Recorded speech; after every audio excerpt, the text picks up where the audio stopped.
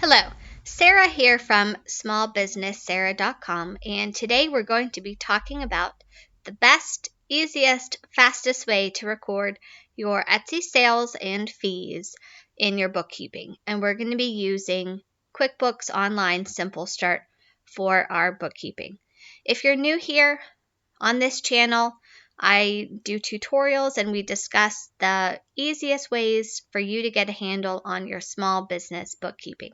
If that sounds good to you, then go ahead and give the channel a subscribe.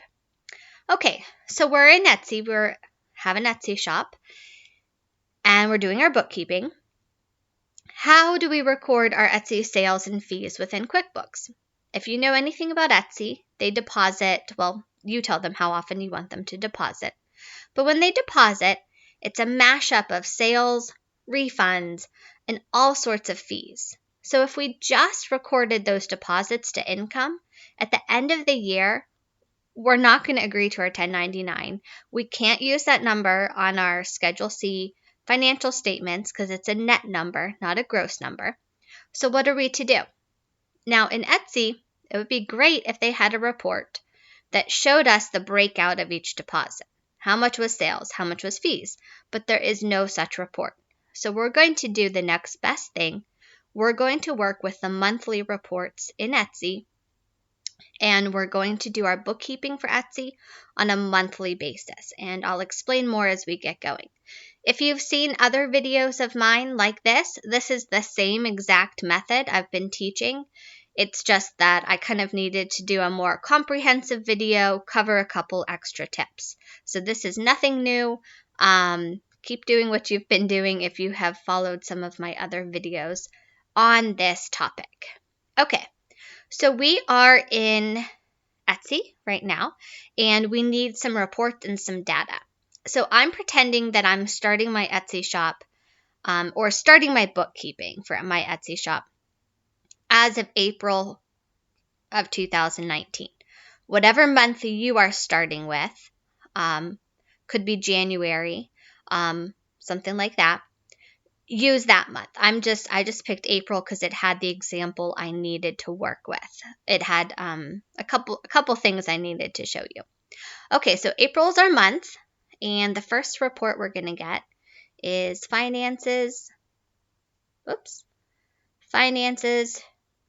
shop payment account.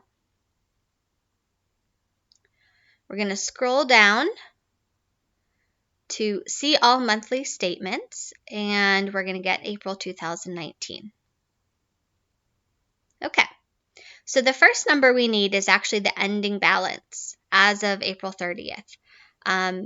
This number basically represents the amount of money Etsy still owes you at the end of the month. So you will eventually get that deposited to your bank account, but since you're on like a weekly basis, it's just sitting there until the next deposit date. In QuickBooks, we're going to call this our Etsy bank. But what it really represents is our Etsy receivable, the amount of money Etsy still owes us. So go ahead and jot down that $11.15 for the end of the month, and go ahead and download this CSV file. I have already done that, so I'm not going to do it again. The reason why we're working with this CSV file and not with this is because I have found that sometimes the information up here, it actually does not agree with the detailed information down here. And the CSV file is much more accurate, plus it's easier to work with. So that's why we're using that. Okay, since this is the first month, we also need to get a beginning balance. You won't have to do this part every month, but if this is the first time you're setting this up, you need a good beginning balance. So that's why I switched to March, and I want the ending balance as of March 31st. So I'm going to jot that down too, $9.41. There is one more report we need in Etsy. If we go to Settings, Options, Download Data, then we're going to scroll down here to Orders. The CSV type is Orders. We're doing April of 2019. You can also download this report for the whole year if you just don't select a month. So that's kind of a trick if you need to do that. Okay, and then we would download. I have already downloaded that, so I'm not going to do that again. Now we're going to go to QuickBooks before we start looking at these reports. The first thing, this is our sample company we're working with. The first thing we need to do in QuickBooks is get the accounts we need in our chart of accounts. So we're gonna, down here is the accounting, the chart of accounts. And these are all the different buckets that we're gonna put our fees and our Etsy income into. Now I have already set up the Etsy accounts. And if you click on the card in the upper right hand corner, it'll take you to another video I created about setting up your Etsy chart of accounts. And it even gives you a download where you can just upload these Etsy accounts and you'll be all ready to go. So you'll see we have Etsy Bank right here. That's like our Etsy receivable. I do it as a bank because I get a couple more features that I want if I make the type of bank, but it's your Etsy receivable. Down here, you're going to also have, if you use my CSV file in the chart of accounts video, you'll get your Etsy income accounts all set up. And then down here, you'll get all of your Etsy expenses. We've got it all listed out. Now, while we're here, the one thing we do need to do is we need to add that beginning Etsy bank balance. So we're going to click that little down arrow and go to Edit. We're going to say our beginning balance is $941. I'm going to say as of April 1st. You could say March 31st. Doesn't really matter.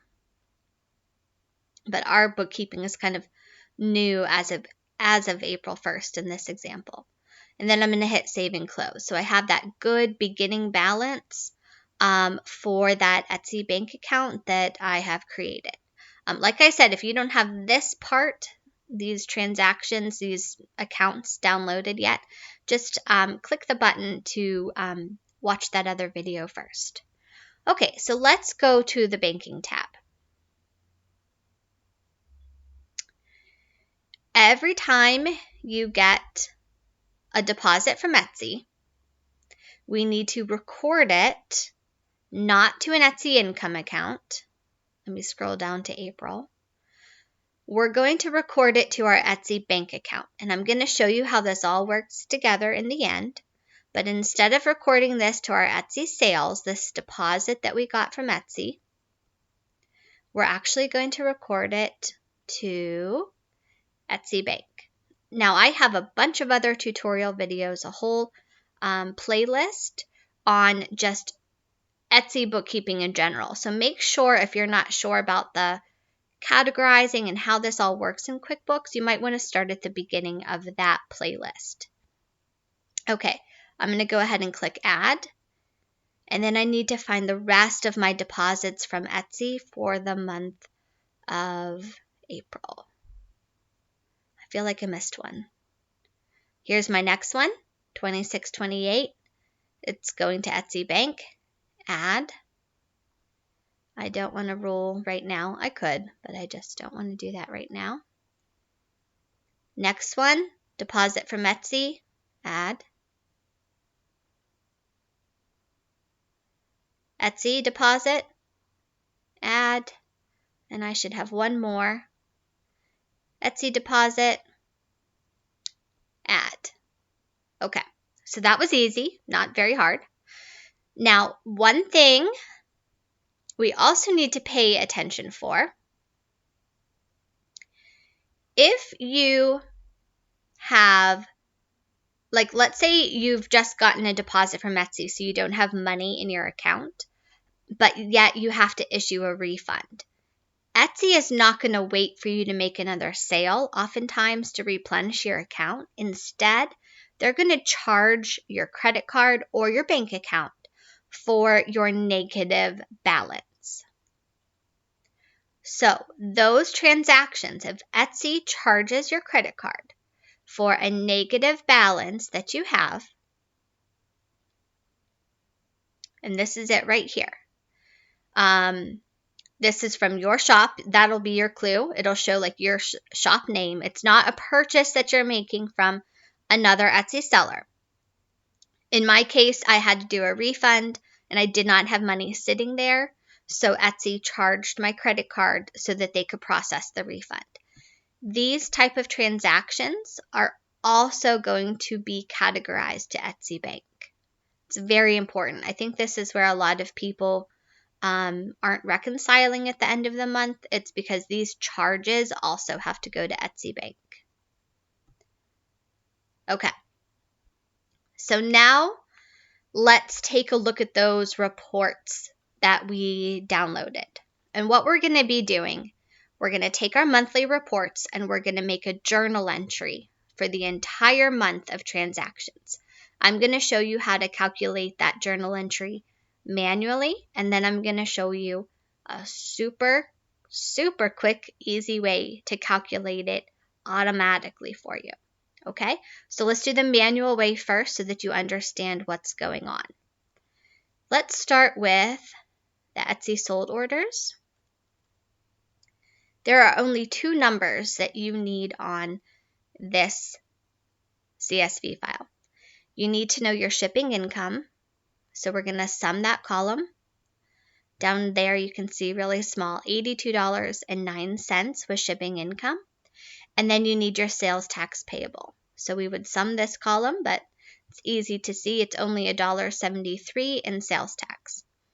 Now, one thing on sales tax, only sum up sales tax in this column if it's for your state. So I'm in PA, so I should include that $1.73, that sales tax payable. I've seen shipments to Australia with the sales tax amount over here, but that's not sales tax that you're going to be paying. So only select the sales tax for your state and ignore the rest. I think with all of this marketplace facilitator tax changes that's going on right now, sometimes there's a little glitch with Etsy and they'll put numbers in this column when they don't really mean to. Because if you include them, you don't balance. If you ignore them, you do balance. So only sales tax from your state. So once you have those numbers written down, let's go to our statement. Okay.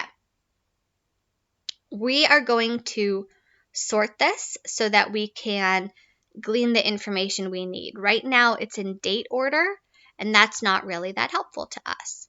Now, if you don't have Excel and this is difficult, fear not. The quick automatic way I'm going to show you in a minute should solve that problem for you. So just kind of learn what this is all about at this point. So I'm going to select everything. I'm going to go to Data, Sort. And I'm going to sort by type, A to Z. So that means I've got my deposits up here, my listings, like it's all by like the fee or the type of the sale. Then I like to do this little subtotal feature. You don't have to. Subtotal. Oh no. Hopefully this will work. Okay. For each change in type, I want Excel to sum it for me. I want those 3 columns summed, and I'm going to click OK. Okay, it worked. So what that does for me is down here at listings, like if I get to the bottom of my listing fees, it does a nice little sum for me of $12.80. If you don't want to do that, then just, highlight the whole column and get your sum that way. So grab your piece of paper. We're going to be jotting down these numbers. So listing fees of $12.80. Marketing fees of $3.55. Here is that charge that they charge me. You don't have to write this one down, but that's what it looks like when Etsy actually has to charge your bank account or your credit card statement. Then we've got our postage labels of $50.03. I'm going to skip over refunds and sales quickly. We're going to get our transaction fee amount of $15.63. You could also have like a subscription fee, go ahead and jot that down. Basically, anything that you have here, jot that down, okay? Now with refunds, we're going to do a quick calculation and also with sales. So refunds, we're going to hit our equal sign, equals this. And we're going to do minus this. Now in this case, it equals the $15.20 gross. And I should explain this here. This is the order processing fee that was refunded. So down here in sales, we have the sale less the order processing fee equals that amount. And this is the refund of the order processing fee. Sometimes if there's a marketplace facilitator tax included, then this column won't necessarily be as accurate as it should be. So I always do the calculation. Do the $14.74 minus this and double check that that's your refund number. And that's the good number. So use the $15.20, okay? For sales, we're going to do something similar. It's that marketplace facilitator tax. You can't always rely on the $3.30. So we're going to do $3.12 minus the $14.68, and this is the total. See, equals $3.27, not $3.30, and the $3.27 is the number we want to use. So this column, total, minus this column, and this is our sales amount, and then the order processing fee. So while we're here, oh, actually, no, I'm going to keep going. Hold on one second. I'm sorry. So this is like our gross sales number, but included in this number is shipping and sales tax, and we just wrote that down. So I'm going to write down, remember we had $82.09 in shipping income, and remember we had collected $1.73 in sales tax, and I'm putting those in as negatives. And then if I sum our gross amount with the negative, so I'm like subtracting that out, that's our sales number. So what you have written down for sales is $243.57, $1.73 sales tax, $82.09 shipping income. Okay? Just rewatch the video if you need to go over that again. But these are the two numbers we got from our order CSV file.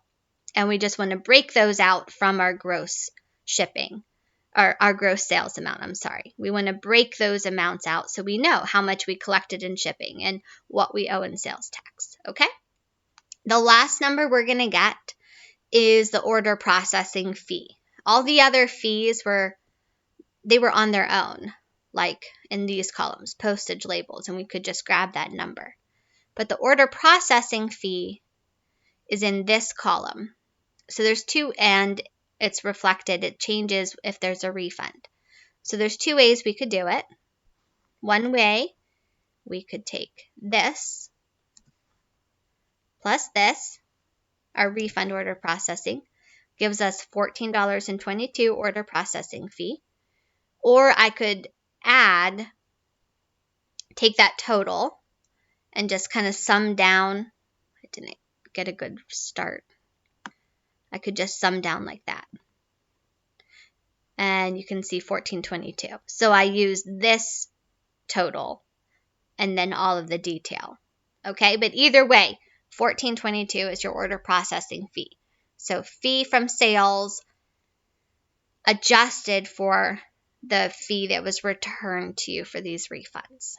Okay, so now we have all of our numbers, and you're probably like, this is so crazy. What do these numbers mean? What we're going to be doing is we're going to be doing a journal entry in QuickBooks with these numbers. But first, I'm going to show you a way that you can get all of these numbers instantly without all of this summing and sorting. So we're going to go back over here, and I'm going to go to my home page. I hired a programmer to create something I call the Etsy entry app so that it you upload the CSV files and it calculates the numbers for you. So if you just go to smallbusinesssarah.com, right here you'll see Etsy Entry App.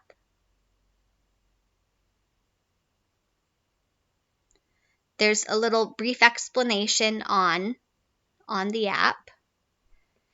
It is free to use. If you use it and it works for you, then you could optionally make a small payment if you love using the app. But it is completely free to use. Don't make a payment until you've used it and know that it's working well for you. Okay, so it's just down here below these stars. First, you're going to select your state for sales tax. If you have to collect sales tax in more than one state, then select a second one. But most of the time, you'll just need your home state. So now we're going to upload our CSV file. First one is the orders. And I've got Etsy orders for April right there. Statement, Etsy statement right there. And then I'm going to hit upload CSVs and generate entry. It's going to rethink. Then you just scroll down to the bottom. And there are your numbers. So remember how we had written down $12.80 in listing fees? Let me come back here.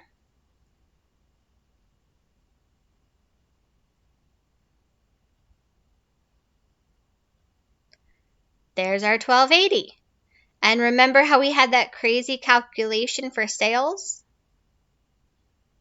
How we had $327, then we had $82.09, $1.73 to get $243.57. That was our sales number we were going to use. There it is for us. There's your sales income, shipping income, sales tax payable. These are all of the fees: order processing, refunds. If you had a subscription fee, it would be there. Transaction, shipping, marketing, listing, and we have it right there. So I hope you find this useful. Now let's go back to QuickBooks so we can put this all together, do our journal entry, and see how it all works. Actually, before I do that though, notice that this has debits here, credits here, and it's like these are on the left and these are on the right. That matters when you're doing the journal entry. I'm going to talk you through it as we go, but this outlines it exactly for you, so you don't even have to think about it when you do your journal entry. And don't be intimidated if you've never done a journal entry before. Super easy. So hit the plus sign, journal entry. Now remember, we have already added all the accounts that we needed. So go watch that other video if you still need to do that. And we are going to do our journal entry as of April 30th, 2019. So the end of the month. Make sure you do the right month, okay? So I'm just going to start typing to find the accounts. Listing fees, that's a debit, $12.80. Marketing fees, and it might be under advertising. Etsy advertising.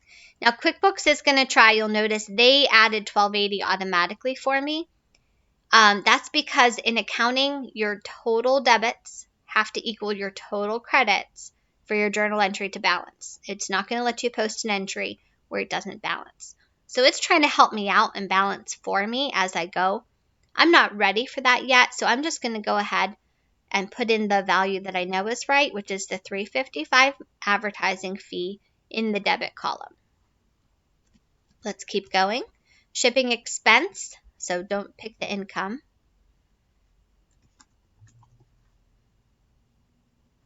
Transaction fees.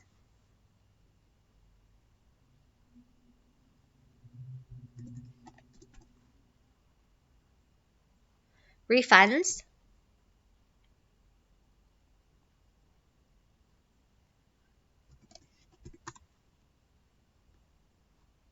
Order processing fee.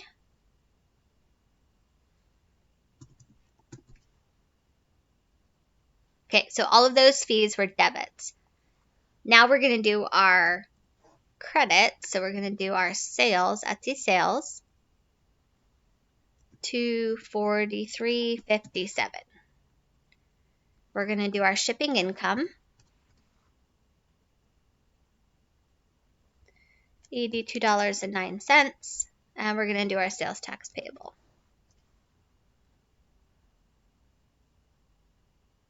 of $1.73. Now, the difference is going to go to Etsy Bank. So it's like our balancing number. Etsy Bank, QuickBooks put that number in for me to balance the entry, $215.96. But if you look over here, that was already calculated for us on the Etsy entry app, the $215.96. So everything is in agreement. So these numbers, this is exactly what we put into QuickBooks as of April 30th. It exactly agrees with how we manually calculated these same numbers. Back to the journal entry. If everything looks good, I'm going to do save and new because I'm going to show you a trick. Because it's kind of a pain to enter all of this every month.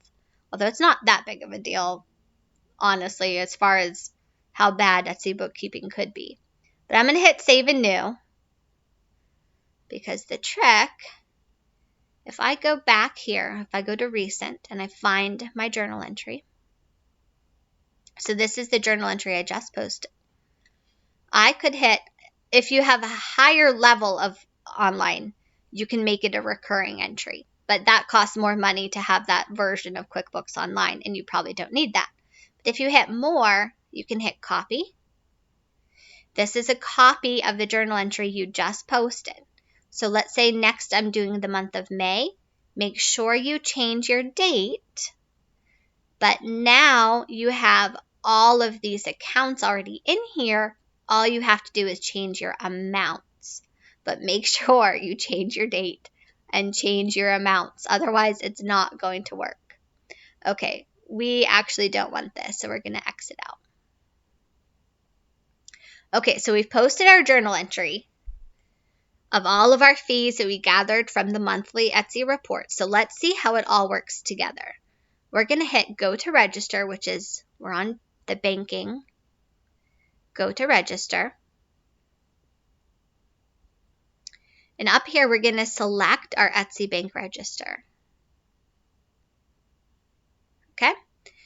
And here's how this is all working together. Here was our beginning balance. As of March 31st or April 1st, whatever, it was $9.41 that we had sitting there at Etsy. So, throughout the month, we are making sales. But Etsy is also charging us fees. So, this is our journal entry amount. Remember, the amount that went to Etsy Bank was $215.96. That's that amount. So what that represents, and I'll show you from here, there's that $215.96 that went to Etsy Bank. What that represents is this is the money that came in throughout the month. That's the money that went out. And this is the amount that's left over to deposit to you. So these are your sales and all the other types of income that came in, money that came in. That's all your fees and the money that went out. Etsy Bank represents the amount left over that Etsy could deposit to you throughout the month. But guess what? They did not deposit $215.96 throughout the month. It's a timing issue. They deposited close to that, but not quite. So let's go back to QuickBooks. Here are all of the deposits that they did make throughout the month. Remember how on the banking feed, every deposit that we got from Etsy, we put to Etsy Bank? Those are those 5 deposits. And then the one time that Etsy had to charge us, there it is right there.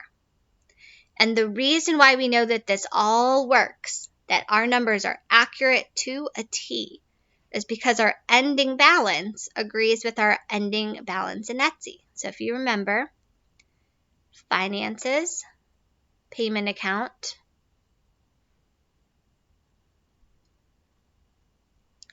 all our monthly statements, April, 11:15, balance. If you do not balance at the end of the month to what Etsy says, then I would double check your journal entry. I would double check that Etsy didn't charge you an amount that needs to be included. I would double check that you didn't miss a deposit. And also that's another way that the statement can be helpful, because it's going to show you any charges, and it's going to show you all your deposits. You can check this statement against QuickBooks. So that's where I would start if you don't balance, and then I would double check your beginning balance. So it's either your beginning balance, your deposits, you missed a charge, or you messed up your journal entry somehow. If you're off by a couple of cents, I wouldn't worry about it. I would just adjust my journal entry by a couple of cents so that I do balance and it doesn't affect next month. But honestly, that rarely happens that you're even off by a couple of cents. So let's see. So the next month you would just repeat the same thing. Deposits, go to Etsy Bank. You do your monthly journal entry. You make sure you tie to the end of the month for May. Let's see how this looks on our report. So if we go to reports, we're going to run our profit and loss. We're going to do custom dates. We're going to change it to April. Now, since this is our sample company, there's not going to be much else in here. But that could actually be nice, because then we can really see what's going on with Etsy. Okay, so this is how it looks when you run your report then. You've got your Etsy sales, shipping, income, refunds. So gross, $310.46. Then down here, you've got all of your expenses. You can see, okay, is advertising really worth it? Where am I losing money? Is my shipping fee? How is it comparing to my shipping income? Okay, that's doing pretty good. And you can get a good picture of your Etsy shop. So in total, this Etsy shop, $310.46 minus 96. So its revenue was better than its fees. So that's good. I know this was a super duper long video. I'm going to put in the description little timestamps to make it easier to find the spots you're looking for if you're ever coming back to do this in a different month. And yeah, let me know if you have any questions in the comments below. I'm happy to answer them. And be sure to check out the Etsy Shop Bookkeeping tutorial series that I have. It really goes through just about anything you would need to know to do your Etsy Shop Bookkeeping within QuickBooks Simple Start. There's also a link to QuickBooks Simple Start below as well. So hopefully this was helpful. If it was, I would appreciate your subscribe, your comments, your likes. It really means a whole bunch to me if this video was helpful to you. All right, that's it for now. Have a fantastic day.